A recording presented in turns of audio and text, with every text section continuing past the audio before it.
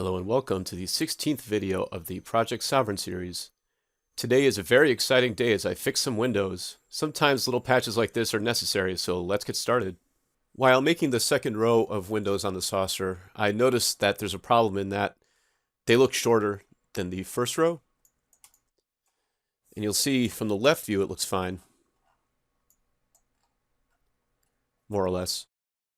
And the problem is that I'm doing it this way where I just have them colliding sideways with the saucer instead of tilting up.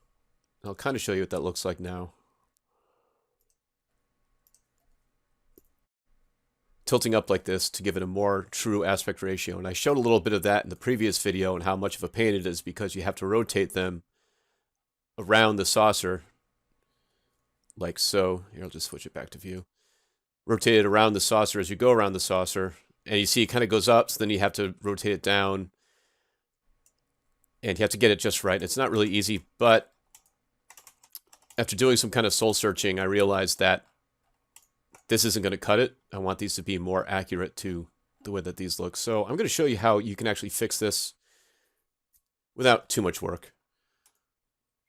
And it has to do with the fact that there's a symmetry modifier here. See? So I've got this nice clean saucer over here. So what I can do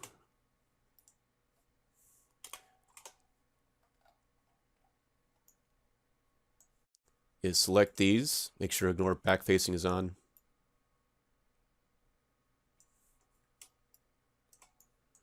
Not necessarily these, and I'm just going to delete them. These are the kind of tricks that you discover as you model, just making sure nothing else is selected that I don't want. That looks pretty good. And then and they're gone. Now I could cap all of these, but it's not really going to follow the flow of the saucer. It's just going to look weird. You'll be able to see it's a cutout piece. That'd be like kind of the easy way to do it. But now what I need to do is figure out how far up these go and get these exact polygons from the other side and then kind of weld them back in place here. The smoothing will be all right. Everything will be all right. So it's just going to be a matter of that. I found an easy way to find the polygons. So trying to count them from the edge, from the top and the bottom, was not going to be any fun. So I simply made these two planes as a visual guide. So now I know that it's every polygon, well, these two, this row of two from here to here, and two up from this, I guess, armor plating or whatever that's supposed to be. I don't know if you can see right there. So just going to the other side. And going into polygon mode. So it should be these. Just going to select them. It should be basically what I'm looking for. I think that's going to be all right.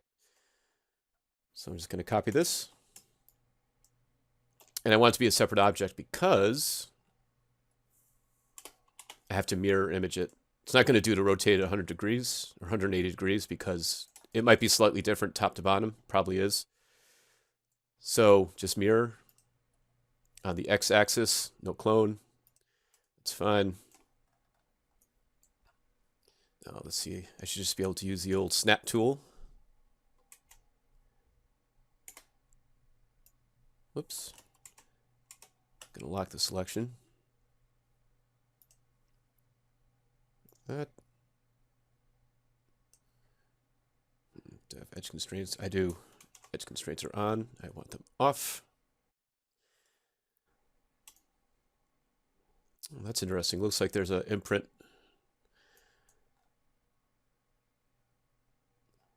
Oh, I know what happened. Because I didn't have... oh, that's funny. I had ignore backface. So this is funny. I'm actually glad this got caught on camera, as it were, because these little mistakes can creep up when you're not being careful. So the reason why these survived is because... that's funny. It's because ignore backfacing was on, and these happened to be backfacing when I was doing that selection. So I'm just going to pause this really quick, get rid of these, and then I'll just show you the rest of the operation. Okay, so anyway, after that cleanup, the rest of the operation is really easy. Just make sure this is selected and lock selection is on. Turn on your snaps. Make sure your constraints are off. And move that into place. And unlock selection. Now you want to attach this.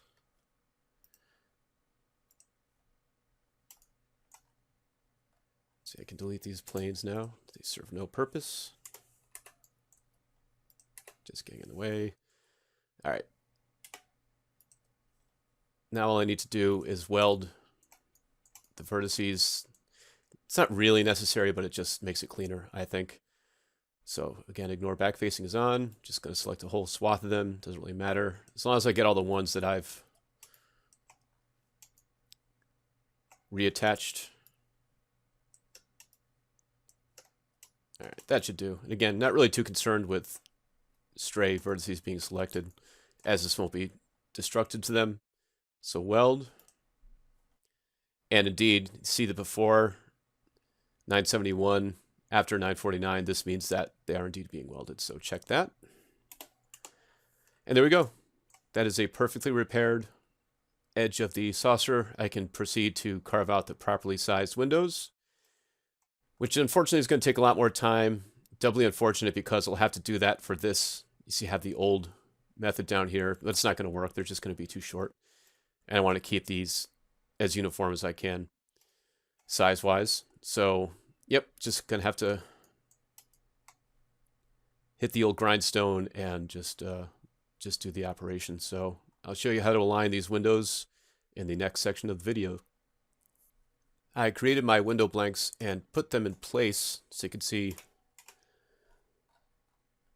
from the top view.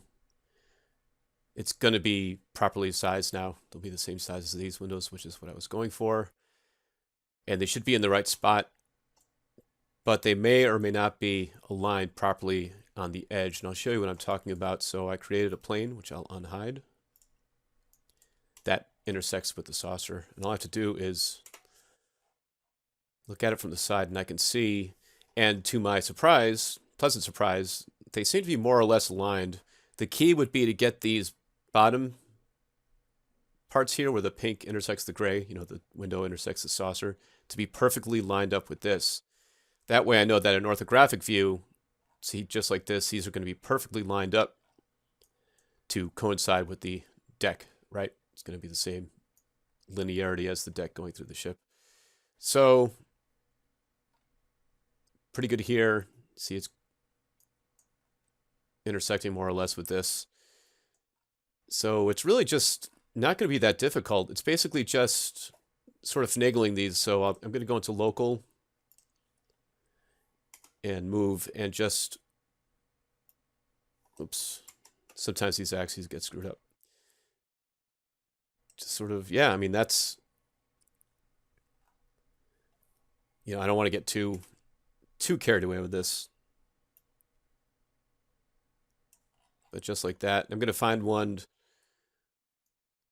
Actually, these are all pretty nicely aligned. They're not really going to require any sort of rotation. At least nothing too terrible. See, just like that.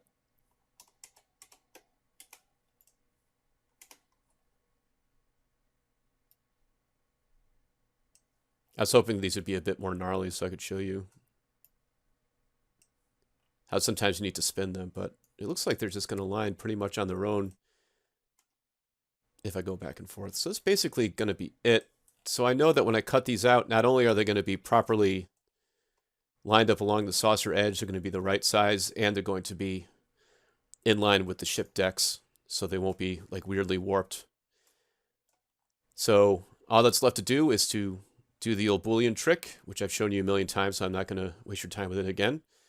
And just, you know, extrude and put the material in, and this row of windows will be done. And there we have it. So I think you can agree this looks a lot better from every angle. The windows look properly sized. So just sometimes taking the time to do a little extra repair work like this can pay off, because You know, there's a lot of work to do on this model. I don't want to get too carried away. I've already told myself this won't be screen accurate because I don't even know what screen accurate is. There's so many different models. There's CG models. There's alterations made between the physical model for the different movies. So I'll be contented with a, you know, decent looking sovereign model, but I have to draw the line somewhere, right? You know, I can't be completely compromising when it comes to this model. So just showing you, if you make a mistake like that, you've already booleaned it out. It's not too late to go back, make a repair, and just do it again. You'll probably be happy that you did. I hope you enjoyed watching this video, and I will see you soon.